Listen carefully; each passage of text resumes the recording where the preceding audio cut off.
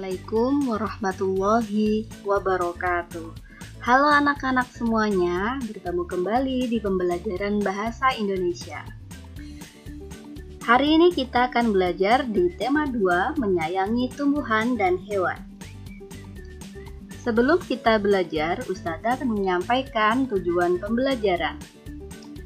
Dengan memperhatikan tanda baca, siswa dapat membaca dongeng dengan lafal, intonasi, dan ekspresi yang tepat. Dengan menjawab pertanyaan, siswa dapat mengidentifikasi informasi isi dongeng yang didengar dengan tepat. Setelah mendengarkan teks dongeng yang berjudul Pengembara dan Sebuah Pohon, siswa dapat menemukan pesan yang terdapat dalam dongeng yang didengar. Setelah mendengarkan teks dongeng, siswa dapat menceritakan kembali isi dongeng dengan bahasa sendiri secara lisan. Nah, sekarang Ustazah akan mengajak anak-anak untuk membaca.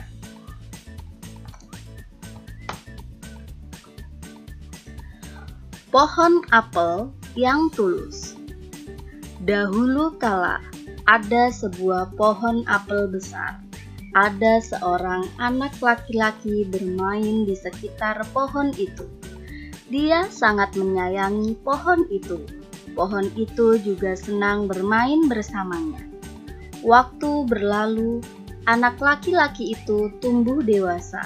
Suatu hari, ia datang kembali.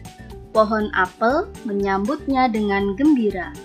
"Ayo, bermainlah bersamaku," ajak si pohon apel.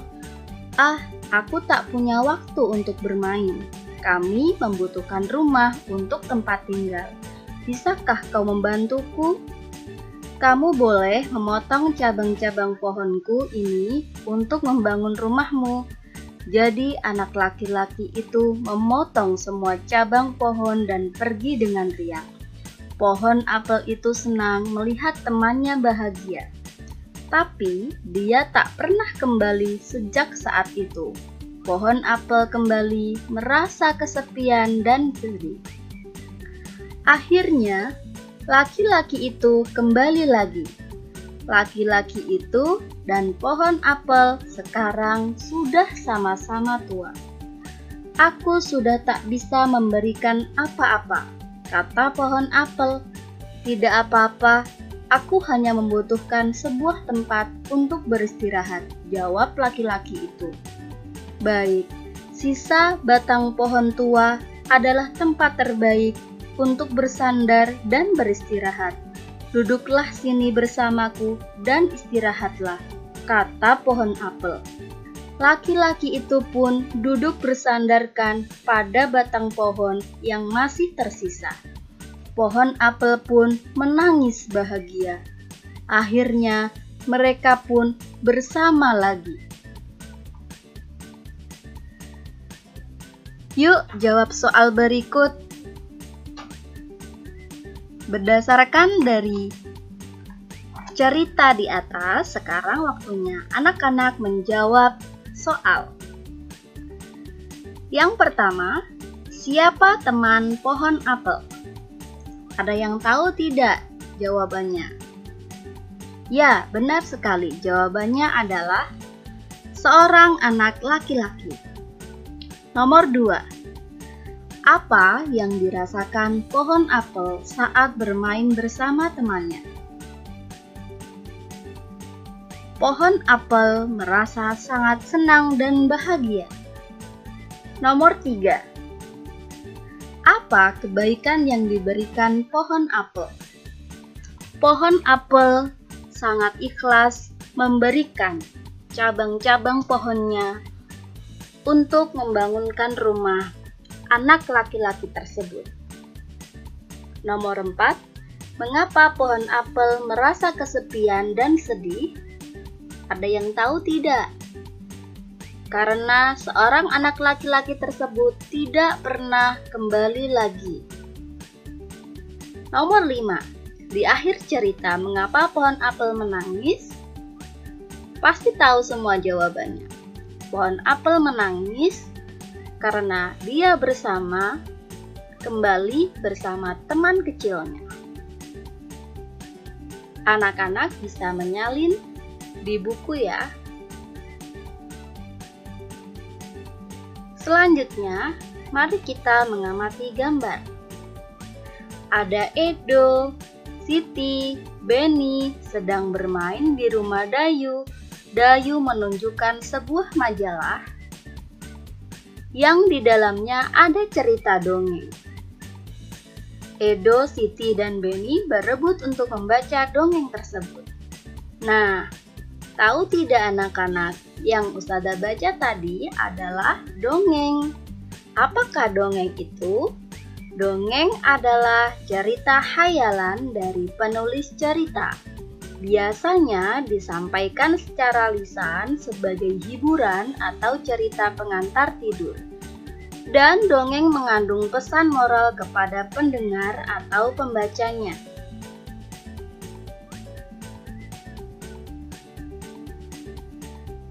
Sekarang, Ustazah akan mengajak anak-anak untuk membaca dongeng berikutnya. Pengembara dan sebuah pohon. Dua orang pengembara berjalan di sepanjang jalan yang berdebu dan tandus di hari yang sangat panas. Tidak lama kemudian, mereka menemukan sebuah pohon besar. Dengan gembira, keduanya lalu berteduh dari teriknya sinar matahari di bawah naungan daun-daun pohon besar yang lebat. Saat beristirahat, mereka melihat ke atas pohon. Salah seorang pengembara berkata kepada teman seperjalanannya betapa tidak bergunanya pohon besar ini. Pohon ini tidak memiliki buah sehingga tidak berguna untuk manusia sama sekali. Pohon besar tersebut lalu berkata, "Kamu manusia yang tidak tahu berterima kasih." Pohon itu berkata lagi, "Kamu datang dan bernaung di bawah daun-daunku. Kamu menikmati teduhnya perlindungan cabang daun-daunku. Kamu masih menyebutku tidak berguna sama sekali?" Nah, kira-kira apa ya yang terkandung dalam dongeng ini? Seperti yang Ustazah sampaikan tadi bahwa dongeng adalah cerita khayalan. Nah, berarti dongeng ini bukan cerita yang nyata ya. Tidak mungkin kan sebuah pohon bisa berbicara.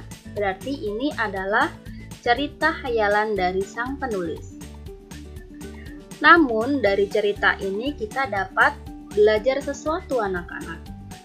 Bahwa tidak ada di dunia ini yang diciptakan oleh Tuhan itu tidak ada manfaatnya. Pasti ada manfaatnya seperti tanaman atau pohon.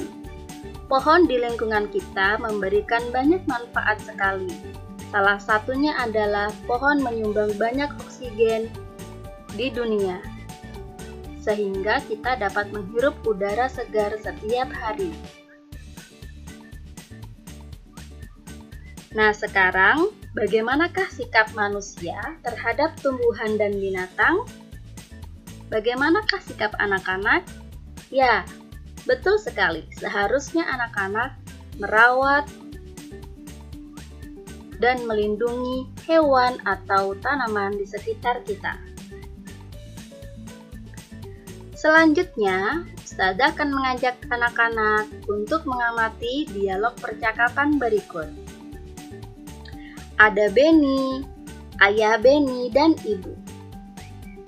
Benny berkata, "Kenapa ayah sering mengucapkan terima kasih?"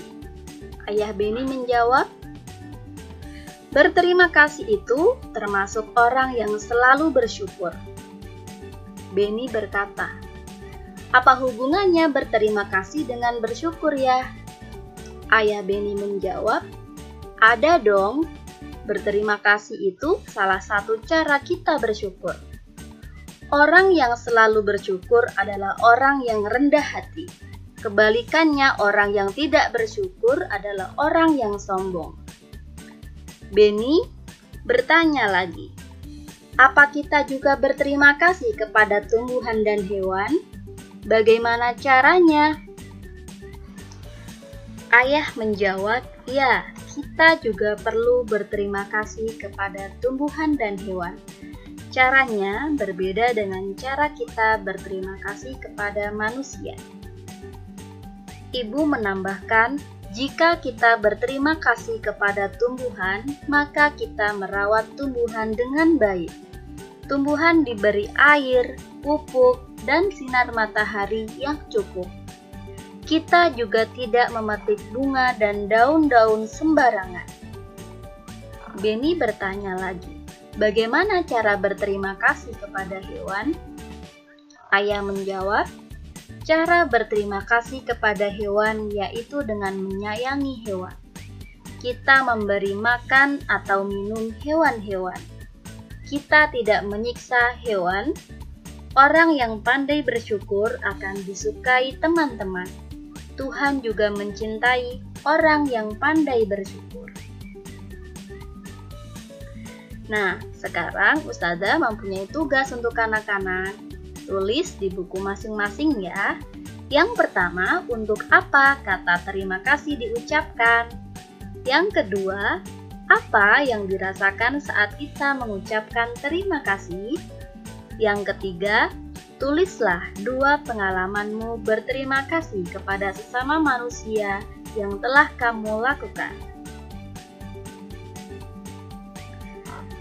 Baik, selanjutnya Ustazah akan mengajak anak-anak membaca dongeng berikut. Asal mula buah kelapa. Seorang laki-laki mendaki gunung yang tinggi. Ia ingin mengunjungi penyihir sakti. Penyihir sakti mempersilakan laki-laki itu masuk ke pondoknya.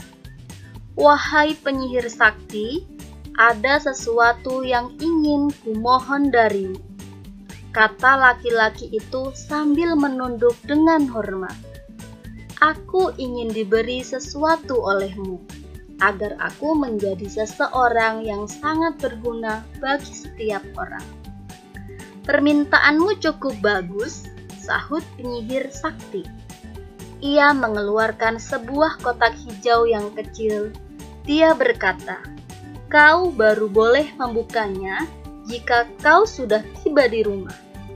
Laki-laki itu menerima kotak hijau tersebut dengan perasaan gembira. Setelah mengucapkan terima kasih, dia berjalan menuruni gunung. Di tengah perjalanan, dia tergoda untuk membuka kotak hijau itu. Ia ingin melihat apa isinya, namun ia tidak jadi membukanya saat ia ingat pada pesan penyihir sakti. Ketika tiba di kaki gunung, lagi-lagi dia tergoda ingin melihat isi kotak hijau tersebut. Ia lalu membuka kotak hijau itu. Tiba-tiba laki-laki itu berubah menjadi pohon yang daunnya panjang dan buahnya besar-besar. Terdengar suara penyihir sakti dari puncak gunung. "Karena kau tak mematuhi kata-kataku, kau berubah menjadi pohon kelapa. Namun permohonanmu tetap terkabul. Kau sangat berguna. Tiap bagian darimu berguna bagi manusia. Daunmu, buahmu, dan batangmu dapat dimanfaatkan manusia." Sejak saat itu, pohon kelapa cepat berkembang biak, sehingga bisa dijumpai di mana-mana. Orang menghargai pohon kelapa karena banyak gunanya. Nah, sekarang tugas selanjutnya adalah apa pesan yang terdapat pada dongeng Asal Mula Buah Kelapa? Anak-anak tuliskan di buku tulis masing-masing pesan moral yang ada pada dongeng tersebut. Oke. Selanjutnya adalah, yuk kita baca dongeng berikut. Setelah itu ceritakanlah kembali dalam bentuk gambar berseri. Petani yang baik hati. Suatu hari, tinggallah seorang petani yang baik dan murah hati. Pada saat petani itu pergi ke sawahnya, ia menemukan seekor burung pipit yang kakinya patah. sang petani merasa kasihan. Ia pun membawa burung itu ke rumahnya yang sederhana. Sang petani langsung mengobati kaki burung tersebut. Setelah beberapa hari ia dirawat, burung pipit itu ia lepaskan kembali ke alam bebas. Beberapa hari kemudian, pada saat petani itu sedang mengairi sawah dan mencabuti rumput liar, ia didatangi oleh burung pipit kecil yang telah ia tolong. Burung itu membawa 3 buah biji semangka pada paruhnya. Ia memberikannya kepada petani itu. Setelah itu, burung itu pun pergi. Petani itu sangat berterima kasih kepada burung. Besoknya, sang petani menanam biji-biji semangka itu di dekat rumahnya. Setelah ia mengurus bibit pohon semangka itu pun tumbuh. Semakin lama, pohon itu semakin besar. Akhirnya, pohon semangka berbuah. Petani itu sangat senang. Ia mengambil ketiga buah semangka itu. Pada saat ia membelah buah semangka, yang pertama keluarlah beberapa bongkah emas dan berlian yang berkilauan. Petani itu merasa sangat kaget bercampur senang. Lalu ia membelah semangka yang kedua. Ternyata isinya adalah bahan-bahan bangunan. Petani itu merasa sangat bahagia. Lalu ia membelah semangka terakhir. Ternyata keluarlah para pekerja yang siap membangun istana yang megah untuk ia tinggali. Akhirnya, karena kebaikan dan ketulusan petani itu, sekarang ia menjadi orang yang sangat kaya raya. Ia selalu membagikan hartanya kepada orang yang kekurangan dan selalu menolong orang yang butuh pertolongannya. Sekarang, tugas anak-anak adalah membuat gambar yang menceritakan dongeng petani yang baik hati. Jadi setiap cerita yang di sini anak-anak gambarkan dengan gambar yang menarik di buku tulis masing-masing. Alhamdulillah, pembelajaran kita sudah selesai. Semoga anak-anak dapat memahami pembelajaran dari Ustazah ya. Sampai bertemu di pembelajaran berikutnya. Wassalamualaikum.